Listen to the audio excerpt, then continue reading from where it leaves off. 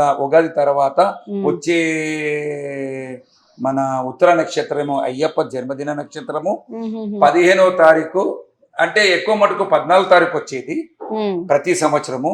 ఈ 2 సంవత్సరాల నుంచి ఒక రోజు మనకు తిథులు కూడా ఆఫ్ వచ్చుట్లో ఒక రోజు అటు ఇటు తేడా అవుతుంది కాబట్టి 2 సంవత్సరాల నుంచి 15వ తారీఖు చేస్తున్నారు. ఈ సంవత్సరం కూడా అలానే వచ్చింది. లాస్ట్ ఇయర్ కూడా 15వ తారీఖు వచ్చింది. ప్రతిసారి 14వ తారీఖే వస్తుంది. మళ్ళా విగ్రహ ప్రతిష్ఠ రోజు కూడా కొన్ని రోజులు గుడి ఓపెన్ ఉంటుంది.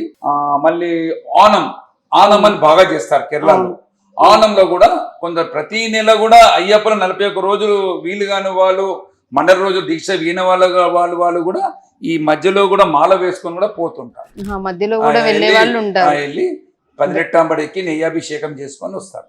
ఆ విధంగా దర్శనం అంటే ప్రత్యేక దినాల్లో స్వామివారి 5 రోజులు 6 రోజులు ఉంటుంది ప్రతి మాసంలో. అలా క్లోజ్ అయితే ఉండదు, 5-6 రోజులు అయితే కంపల్సరీ ఉంటుంది.